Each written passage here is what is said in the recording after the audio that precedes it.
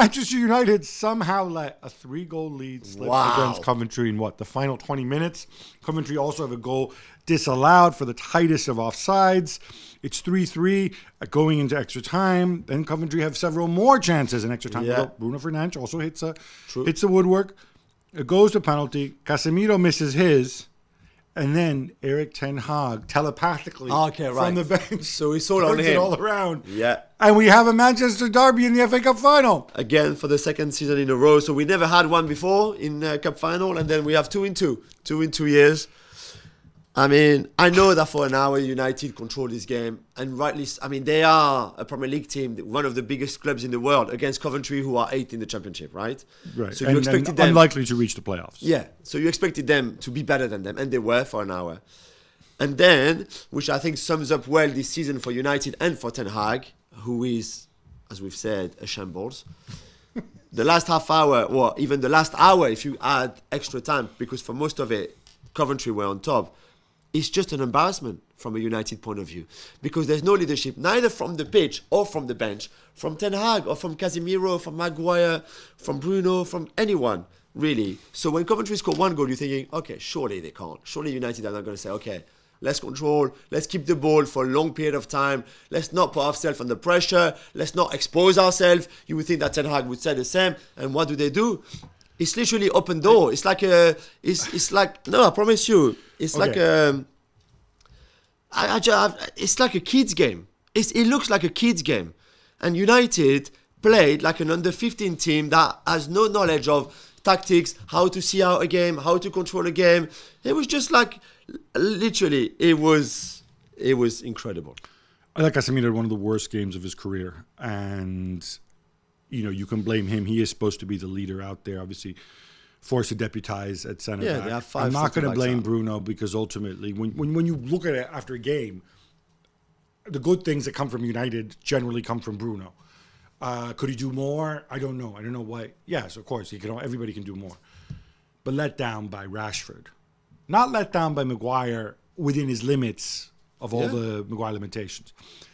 Wan-Bissaka, again, I don't want to hear about what a brilliant one-on-one defender he is. Kobbie Mainoo's not going to have a good game every week because he's 18. Did not have a good game. No. Ericsson, after he came on, what was the point? What's the purpose of putting this guy on? Are you putting one of the no-names for the debut, right? He never plays, so... Garnacho, again, not going through a good period. Anthony, I'm going to leave. I mean, that was... I mean, we're talking about after minute 70, right? For an hour, they were okay. So disappointing. I think, and people say it's a defeat, it's just a win that feels like a defeat. Well, I think that's how people are going to remember. And you see the celebration when Højlund scored the winning penalty, and he goes and celebrates on his own, then turns around, nobody's there. Nobody, usually when you win a penalty shootout, everybody runs, and you jump on your keeper if he saved it. The United players were so embarrassed. We can credit the United players for reading the room. Yeah, exactly. Well, apart from Anthony, who obviously trolled the poor Coventry players on the pitch, which is like, come on. Why would you troll them? Why would you take the mickey out of them? This guy's rapidly becoming my least favorite player. I don't know if he's just an idiot or if he's just a bad person. I don't know, man. But seriously. I don't know. And Sir Jim Ratcliffe, obviously, who owns some shares at United, is 71 now. And on yesterday morning, before going to Wembley, he ran the London Marathon in 4 hours and 32 minutes. If you gave him truth serum this morning and asked him why Ten Hag was still in charge, what would he say? First of all, he ran it really, really fast. Amazing. That's well an done, amazing Sir Jim. time at that age.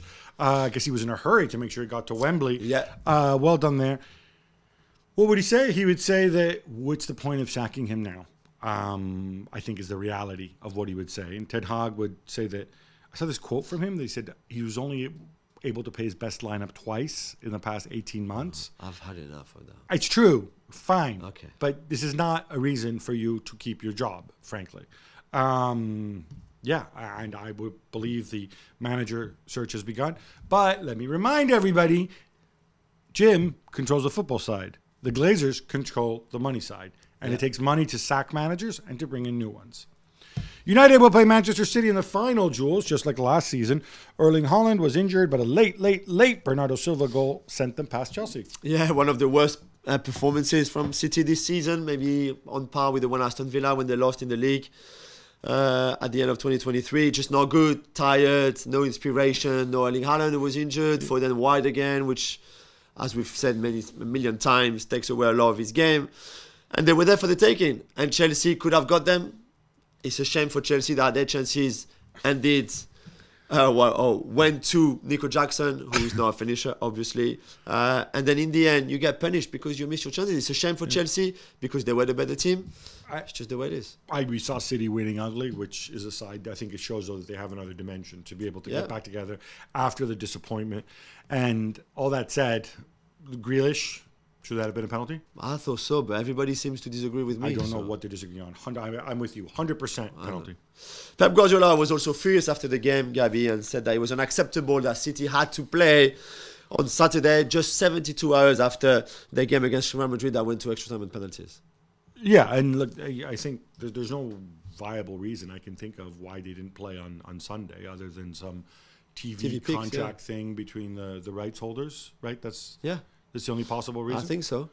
But then they play on Thursday when Arsenal would have played Wednesday, Saturday, Tuesday because they played Tuesday on Chelsea. So I think Arteta has probably even more reason to scream and complain than Guardiola has. What I would say about Pep, when you keep bringing up the health of the players, use your substitutions. You don't. He almost never uses five subs. Most managers do it. They're 3-0 up. He keeps the same people up there. What do you want? A deal between the Football Association and the Premier League means there will be no more replays in the FA Cup duels. This has absolutely infuriated lower division clubs. What's your take? I can understand why they're not happy. Obviously, I've said it before. I will say it again. Replays in this day and age should be scrapped. The season is too heavy already for whatever player. Premier League players, Championship, League One, League Two, etc. They play too many games. You don't need replays. And replays is the thing of the past. Really, it's the thing of the 80s, 90s, if you want, and that's it. There's other ways that you can compensate financially those clubs. For example, in France, you saying it's all about?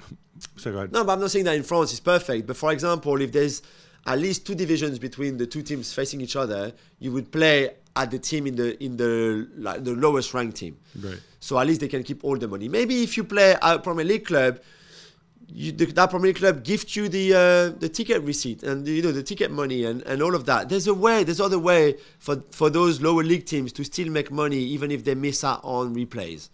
But replays, for me, you can't just add another game, another day. Imagine, so there's 7 rounds to go to the final to win the FA Cup? You could have 6 replays. You could play 6 extra games in the season. Well, not the Premier League teams, but the lower division teams, right? Because the Premier League only come in third round. Premier League have 4 rounds, right? So still, it's just, I just don't think in the current day and age of football that replays are right. What I don't understand is, so this is a deal between the Premier League. There's a bunch of things here I don't understand. First of all, the Football League clubs say they were not consulted. That's wrong. It's wrong, but equally, the FA are supposed to be their representatives, right? It's the FA run the cup. Yeah. So bear that in mind. I mean, obviously, I think that comes into it too. The other thing is, why did they scrap the replays from the first round? That's the part I don't understand. The Premier League clubs are not involved in the first 2 rounds. Why couldn't you keep them if they really want to do this? What I don't like is that how much of this is about money, because you brought up money there, like financially compensating them. That's why those clubs are saying, the lower league clubs. Well, I find that a bit sad. Yeah. Because, you know what? Ultimately, I'm going to complicate this for football, but this is a business where 70 to 80% of your costs are player costs. Just freaking live within your means. You can't have it both ways. You can't say, we're a community club, we're so important in the community. Yeah, okay, you're so important in the community.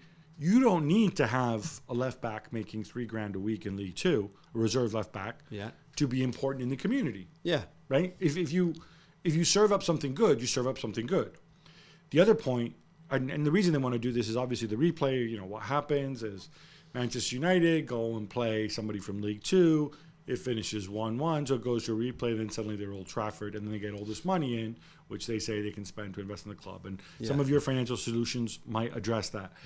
But more importantly, the what about the sporting side? Do we not care about the sporting side? Because if you like upsets and the magic of the cup and all this stuff, it's far more likely that, Rotherham are going to beat Manchester City in one leg than with a replay.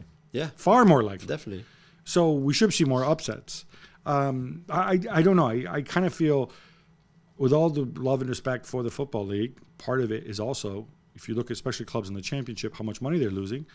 It's not been enough financial oversight. And if you can't, and clubs are going bust, and we've seen clubs mismanaged, and do I need to bring up Dai Young and Reading and producer Freddie again? If you're not going to run yourself properly, then why should others pick up the tab for you? Yeah, that's true. Give yourself rules first. Show that you can be grown-ups.